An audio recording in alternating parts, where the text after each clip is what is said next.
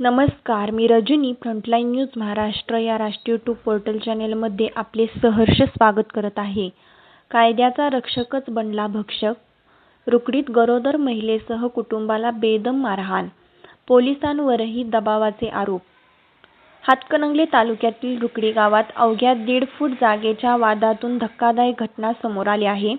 कायद्याचे रक्षण करण्याची जबाबदारी असलेल्या एका पोलीस कर्मचाऱ्यावरच शेजारील कुटुंबाला बेदम मारहाण केल्याचा गंभीर आरोप करण्यात आला आहे.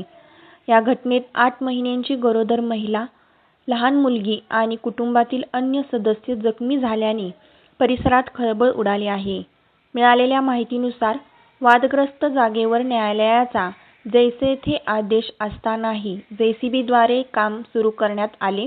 याबाबत जाब विचारताच वाद विकोपाला गेला आणि संबंधित पोलीस कर्मचारी व त्यांच्या कुटुंबियांनी शिवीगाळ करत काठ्याने मारहाण केल्याचा आरोप पीडित कुटुंबाने केला आहे. या मारहाणीत तन्वीर मुजावर, त्यांची 8 महिन्यांची गरोदर पत्नी आसमा मुजावर, मुलगी हुमेरा आणि अब्दुल रहमान मुजावर जखमी झाले. सर्वांना उपचारासाठी CPR रुग्णालयात दाखल करण्यात आले. धक्कादायक बाब म्हणजे जखमींवर उपचार सुरू असतानाच त्यांच्या घरावर दगडफेक करून मोडतोड करण्यात आल्याचाही आरोप करण्यात आला आहे. रात्री उशिरा पोलीस ठाण्यात तक्रार देण्यासाठी गेलेल्या कुटुंबांची फिर्याद तात्काळ नोंदवून घेण्यात आली नसल्याचा दावा करण्यात आला आहे. त्यामुळे संतप्त कुटुंबियांनी पोलीस ठाण्यासमोर ठिय्या आंदोलन करत न्यायाची मागणी केली.